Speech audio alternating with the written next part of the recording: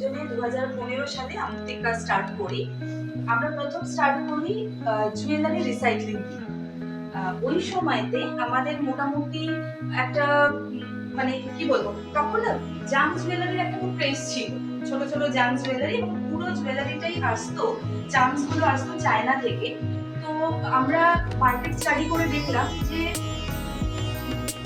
4 to 8% jewellery আসার সময় মানে ভেঙে যাচ্ছে, জামস গুলো ভেঙে যাচ্ছে। তো আমরা কি করলাম, মার্কেট থেকে বিভিন্ন দোকান থেকে জামস গুলোকে বিনা পয়সায় কালেক্ট করলাম, কারণ ওটা ওদের কাছে হেডেক ছিল।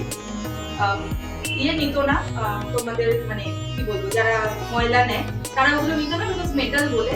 আর যেগুলো জায়গাতে ফেলতেও পারতো না, এবং যদি ডিসপোজ করতে হতো তাহলে পেমেন্ট করতে হতো। তো আমরা বললাম যে আপনাকে পেমেন্ট করতে হবে না, আপনি আমাদেরকে দিয়ে দিন, আর আমরাও আপনাকে কিছু পেমেন্ট করবো না, পুরো জিনিসটা আমরা ফ্রিতে নেই। হ্যাঁ, দিয়ে দাও তোমরা।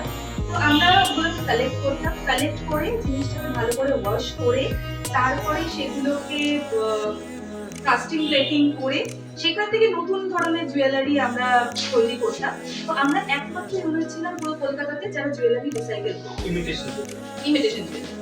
তারপরে সেই জিনিসটা আস্তে আস্তে কনভার্ট হলো হচ্ছে আরো বিভিন্ন রকম জিনিসে, আমরা বিভিন্ন রকম রিসাইকেল প্রোডাক্টে আমরা পা দিলাম।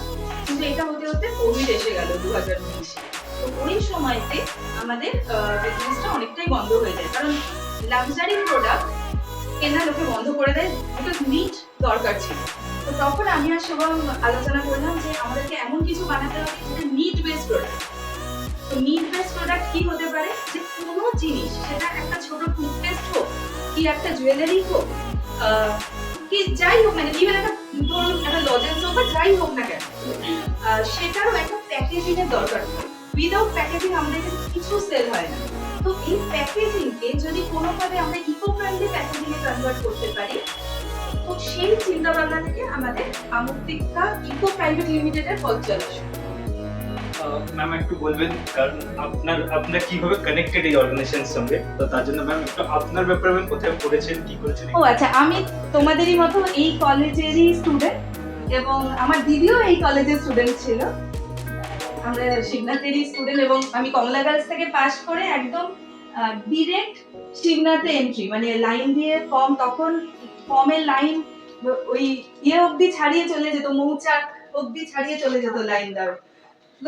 ওই সময়তে আমার একটু ইচ্ছা ছিল না সত্যি কথা বলতে, কারণ এই সকালবেলা উঠে আবার স্কুলে যাব, আর 14 বছর ধরে গার্লস স্কুলে পড়ে আবার গার্লস স্কুলে পড়বো, আমার একদম ইচ্ছে ছিল না।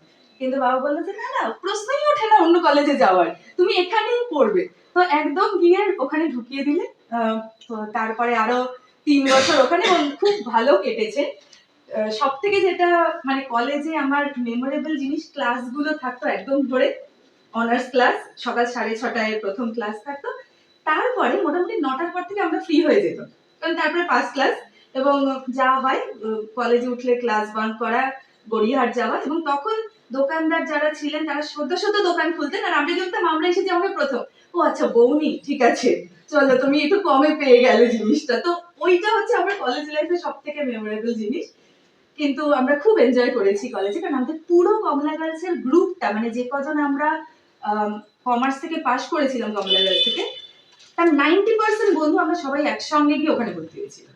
তো এন্টায়ার গ্রুপটা যারা স্কুলে ছিল তাদের সঙ্গেই আমি কলেজে পড়েছি, আর তারপরে তো মাস্টার ডিগ্রিতেই আলাদা হয়ে গেল।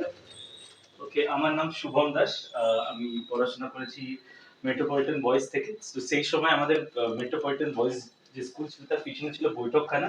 তো সেখান থেকেই প্রিন্টিং, প্যাকেজিং, ডিজাইনিং, ওদের পাশে বসে থাকা, বাবু জল নিয়ে আয়, তো গিয়ে জল এনে দিলাম। কখনো বললো কি তুই এই জিনিসটা নিয়ে আয়, তো এনে দিলাম। ওরা ডিজাইনিং করা শেখাচ্ছে, টাইপিং করা শিখছে। তো ওখান থেকে এন্টায়ার যে প্যাকেজিং করতে হয়, ডিজাইনিং করতে হয়। আমরা ইভেন সেই সময় বিজনেসও শুরু করে দিয়েছিলাম, বিজনেস কার্ড বানানো, এই করানো, যখন আমরা ক্লাস 9-10 এ পড়ি।